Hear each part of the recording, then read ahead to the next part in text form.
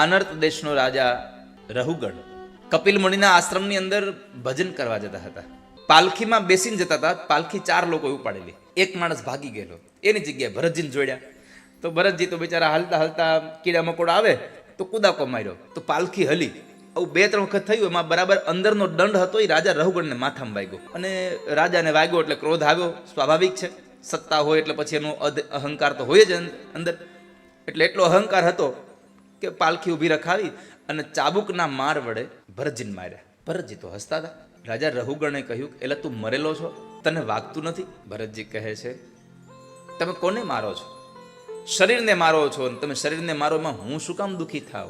નૈનમ દહતિ પાક નૈનમ છિદંતિ શસ્ત્રાણી.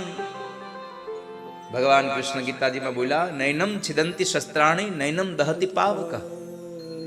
આ સંસારમાં શસ્ત્ર મને છેદી ન શકે, અગ્નિ મને બાળી ન શકે,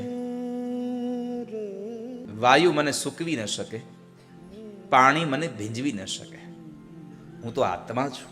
આ સંસારમાં આપણો સંબંધ છે ને, આત્માને સંબંધ પરમાત્મા સાથે છે. આ શરીરને સંબંધ શરીર સાથે છે.